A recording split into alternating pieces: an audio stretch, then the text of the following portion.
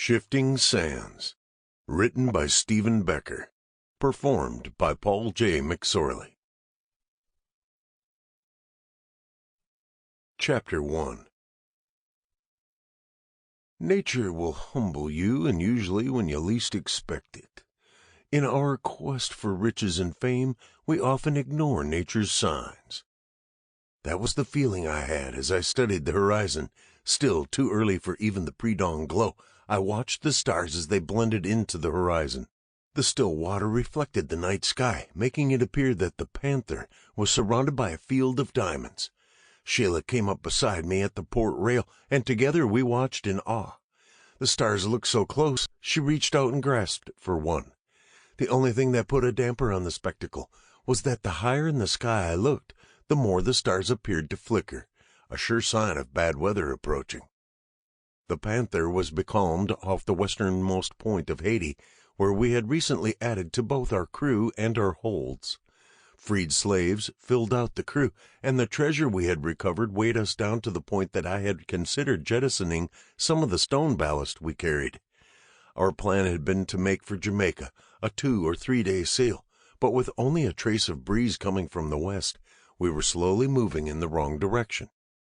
Our new plan was to head for Punta Cana on the eastern end of Hispaniola, where we would get provisions and wait for favorable conditions. We didn't know what kind of reception we would get there.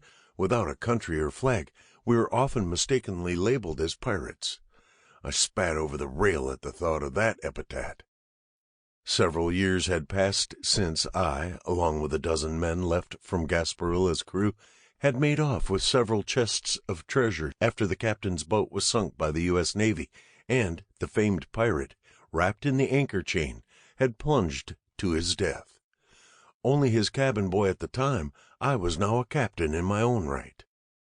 Pirates, I spat again. We discouraged that label.